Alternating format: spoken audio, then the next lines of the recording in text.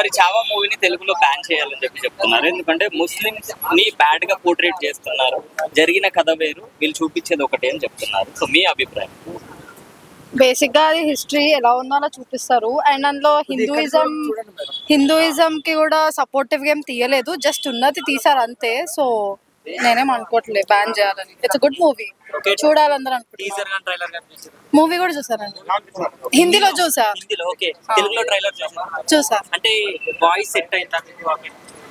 It's good movie అనిపించింది నాకు, అందరు చూడాలి అని అనుకుంటున్నాను. వాయిస్ డబ్బింగ్ గురించి నాకేం ఆర్డర్ చాలా మంది హిందీలో ఉన్నట్టు. బేసిక్ గా అంటే ఛత్రపతి శివాజీ మహారాజ్ కి బేస్ ఎంత ఉండాలో అంత లేదు అనిపించింది.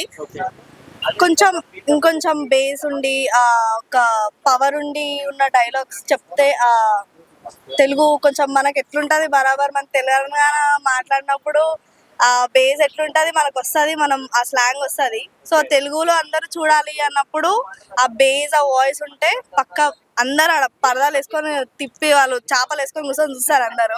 టికెట్స్ బుకింగ్ గురించి వస్తే 2 days బ్యాక్ బుకింగ్స్ ఓపెన్ చేశారు. ఓకే, ఇంకా టికెట్స్ కూడా సగం కూడా బుక్ కాలేదు. ఎంతైనా డబ్డ్ మూవీ లాగానే అనిపిస్తుంది మనకి, దాని ఒరిజినాలిటీ మనకు కనిపించదు. ఇప్పుడు పుష్ప కూడా హిందీలో మీరు చూస్తారా, చావా కూడా అంతే, ఏది నేటివ్ దాంతో చూడాలి. ఎన్టీఆర్ గారు వాయిస్ ఇస్తున్నారు దానికి అని చెప్పారు. దాని తర్వాత రాకపోవడం వల్ల టికెట్ ఆ సేల్ అనేది పడిపోయిందని అనుకోవచ్చు. అట్లా కూడా అనుకోవచ్చు. బేసిక్ గా ఎన్టీఆర్ ఫ్యాన్స్ వెయిట్ చేస్తున్నట్టున్నారు ఆయన వాయిస్ ఓవర్ కోసం.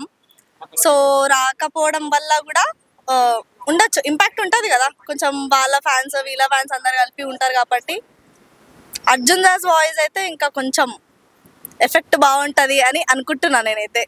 తెలుగులో కలెక్షన్ ఎంత తీసుకొస్తారు ఇంకా మనం ఎక్స్పెక్ట్ చేయలేము అది, ఎందుకంటే వాళ్ళు హిందీలో మూవీ తీసి తెలుగులో డబ్బింగ్ చేస్తున్నారు అయింది కాబట్టి మన తెలుగు వాళ్ళు కూడా దాన్ని ఎంకరేజ్ చేయాలంటే కొంచెం ఆ వాయిస్ ఓవర్ అనేది మంచిగా వస్తే ఎక్స్పెక్ట్ చేయొచ్చు.